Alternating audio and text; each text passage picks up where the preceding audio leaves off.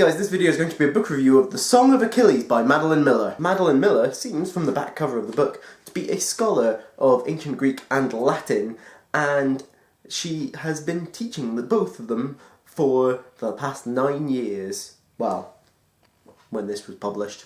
She also has been studying adapting classic tales for modern audiences. Everyone knows the story of Achilles and Patroclus, the story of the Trojan War. However, no one knows it quite like this. The Song of Achilles reimagines the story of Achilles and Patroclus as an explicit love story between the two characters, starting with them meeting as boys and ending up growing up into fine young men and going to war in Troy. The book covers all the events of the Trojan War, starting with Agamemnon's daughter being sacrificed to appease the gods, and following on all the way through to Patroclus' own death and Achilles' bloody vengeance. Throughout the book, we are given a real sense of what Patroclus might have been as an actual person, whereas in the actual original myths and everything, he's little more than a side character to Achilles. I loved this book. It was great!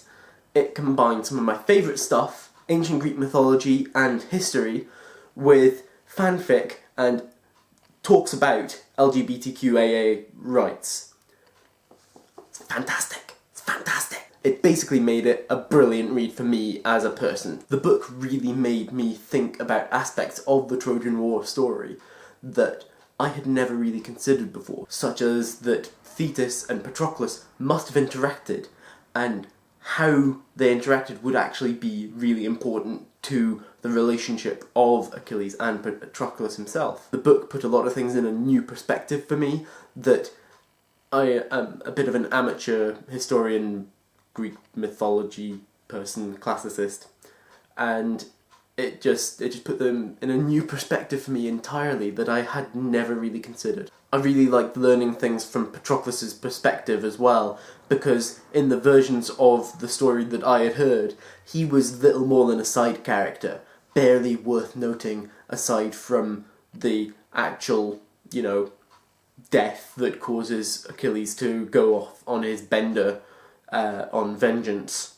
So it was really interesting to see him as a proper human, fully fledged character. Another thing that I found really quite interesting was the portrayal of Odysseus in the book. Odysseus is one of my personal favourite Greek heroes. It was quite fascinating how Odysseus was able to stand up to both Achilles and Agamemnon, but at the same time he was also showing that he wasn't quite able to fight like them, even if he was able to stand up to them and really stand his ground. I particularly liked how my favourite hero was depicted as, in some ways, a bit of a bastard, and yet he also showed a remarkably human and decent side to him at the end. No spoilers. One thing that I was a little bit iffy on was that ancient Greek culture, as we know it, was not quite as homophobic and stuck up about these things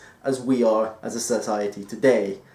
They were quite okay with homosexuality. However, much of the main conflict between Patroclus and Thetis seems to be based around homophobia, and I felt that that was maybe a little bit iffy. It just kind of rubbed me up the wrong way a little bit. Overall though, I really enjoyed this book. It had almost anything that I could personally ask for from a book, and it gave me a whole new perspective on one of my favourite myths. Tell me in the comments what you thought of this book. Also tell me, would you have chosen as Achilles, Patroclus and Thetis do, a short life filled with glory, or a long life filled with wasted potential? Tell me in the comments below, as I would really, really like to know what you'd think.